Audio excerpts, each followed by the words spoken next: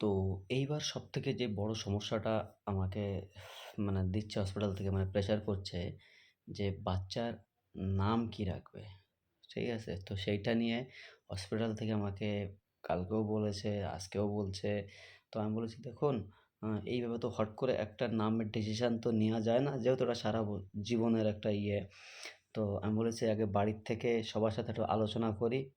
হ্যাঁ? ধরো আমার মা, বাবা, বোন, আমার বউ, তারপরে ধরো আমার শ্বশুরবাড়ির লোকজন সবার সাথে মিলে একটা আলোচনা করে আ তারপরে সেটা ডিসাইড করা যাবে যে নাম কি রাখবে।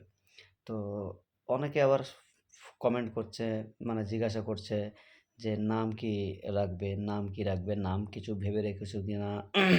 কিংবা নিজের মনে, মনে কোনো নাম পছন্দ আছে কিনা?" হুম? দেখো, নাম সত্যি বলতে কি আমি এইসব বিষয় নিয়ে কোনোদিন ভাবিনি আমি।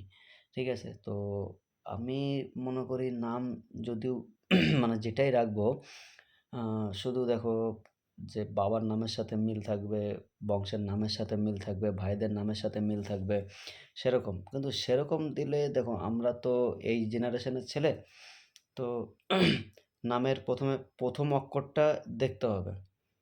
ক্যালকুলেশন করতে হবে। কেননা আমি মনে করি যেটা, ঠিক আছে? কেননা দেখো পরবর্তীতে যখন বড়, বড় এক্সাম হল কিংবা কোনো ইন্টারভিউ হলে যাবে না?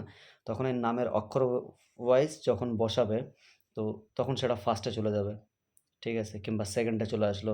এজন্য তখন ডিস্টার্ব হবে। হুম? আবার বেশি পিছনে রাখলে ধরো নাম আবার সেই মনে করো ৫০০ জনের ভেতর সেই সবার লাস্টে আবার আসবে। তো সেইজন্য এমনভাবে ক্যালকুলেশন করব ভেবেছি। তো সেই ক্যালকুলেশন অনুযায়ী ভেবেছি নামটা রাখবো। এবার তার ভিতরেও বাড়ির লোকের সাথে একটা আলোচনার ব্যাপার আছে। ঠিক আছে? তো যেহেতু রবিবারে হয়েছে, তো আমি মনে, মনে ভেবেছি যে আ রবি নামটা আমার খুব পছন্দ হয়। অজয় নামটা খুব পছন্দ হয়। তারপরে হচ্ছে রাধেশ্যাম নামটা খুব পছন্দ হয়। হ্যাঁ? আরজু নামটা খুব পছন্দ হয়। আমার এইসব নাম খুব ভালো লাগে আমার। ঠিক আছে? এবার আমার নিজের নাম বাবন। ঠিক আছে? আমি মনে করতাম যে আমার এই বাবন নামে হয়তো আমাদের আশেপাশে কেউ নেই। কিন্তু বর্তমানে আমি যা দেখেছি আমার এই বাবন নামে অনেকগুলো আমাদের এই কৈখালীতে লোকজন আছে। অনেকগুলো। হ্যাঁ? তো সেরকম যে আনকমন নাম রাখলে কি হবে? আনকমন নাম রাখলে? কিছুই হবে না। যে এক নামে সবাই চিনবে? ওসব বেকার জিনিস। তো আমি সেইভাবে ভেবেছি ক্যালকুলেশন করতে হবে একটু। তারপরে বাড়ির লোকের সাথে একটু আলোচনাও করতে হবে। যে কি নাম রাখা যায়। আমার বউ নাম অনেকদিন আগের থেকেই ও আ Google সার্চ করে রেখেছে, Google এ চেক করেছে। ঠিক আছে? হ্যাঁ? ভেবেও রেখেছে কিন্তু আমার কাছে বলেনি এখনো। মানে বলেছিল হয়তো আমার সঠিক মনে নেই। মনে হচ্ছে তো বলেছিল কিন্তু সঠিক আমার মনে নেই। তো এখন যে সমস্যায় দাঁড়িয়েছে সেটা হচ্ছে এই নামের। কারণ যেহেতু আ বার্থ সার্টিফিকেট তো বানাতে হবে। তো সেইজন্য। আর তারপরে সবথেকে বড় সমস্যা যেটা ফেস করেছি, আমি যখন ওই হসপিটালে ভর্তির ফর্মটা যখন ফিল আপ করছিলাম আমি, তো আমার না এই টেনশনে হড়বড়িতে ৩ টে জায়গায় মিস্টেক হয়ে গেছিল। একটা ওর নাম সুদীপা, সুদীপা হালদার লিখতে গিয়ে ওখানে বিশ্বাস হয়ে গেছিল। তারপরে ওর বয়স ২৫, ২৫ করতে গিয়ে ওখানে ২৪ করে দিয়েছি ভুল করে আমি। আর ঠিকানা যেহেতু আমি শুধু আমাদের গ্রাম কৈখালীর নামই দিই, কিন্তু ওইখানে আমি বগুড়া কৈখালী দিয়ে দিয়েছি। তো এই একটা সমস্যা ছিল। তো সেই সমস্যাটা ডাক্তাররা আমাকে বলেছে, হ্যাঁ? যে ডিসচার্জ সার্টিফিকেট কিন্তু যদি এইভাবেই চলে আসবে আর সেই অনুযায়ী কিন্তু বার্থ সার্টিফিকেট হবে। তো সেইটা আমি বললাম, তাই এখন তাহলে এর সলিউশন কী হবে?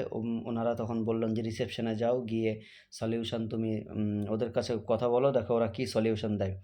তারপরে আমি রিসেপশনে গিয়ে বলি এই ব্যাপার, হ্যাঁ? তো সেই অনুযায়ী ওরা বলে যে একটা দরখাস্ত দিতে হবে। কোথায় ভুল হয়েছে আর সেই ভুলগুলো সংশোধন করে সেখানে কী, কী হবে সেগুলোও দরখাস্ততে উল্লেখ করতে। তো আমি সেইভাবেই দরখাস্ত দিই। দরখাস্ত দিয়ে আমি সবকিছু ওকে করে আসি। তারপরে বলে কি সবকিছু ঠিকঠাক আছে এখন। তো এই একটা সমস্যা, মানে চাপ দিচ্ছে। ২ টো চাপ দিচ্ছিল। একটা তো সলভ হয়ে গেছে। আরেকটা এই একটা চাপ। এবার এই নামটা হুট করে রাখা তো যায় না। আর আমি যে হসপিটালে গিয়ে ওর সঙ্গে আলোচনা করব, ওইখানে বেশিক্ষণ থাকতে দেয় না আমাকে। হুম? জোর হলো ১০ থেকে ১২ মিনিট। এবার সেই ১০-১২ মিনিটের ভিতরে আমি ওর সঙ্গে কথা বলব, হ্যাঁ? নাকি একটু ওর শরীরের কথা জিজ্ঞাসা করব, "কেমন আছো? কিভাবে আছো? সুস্থ আছো কিনা?" হ্যাঁ?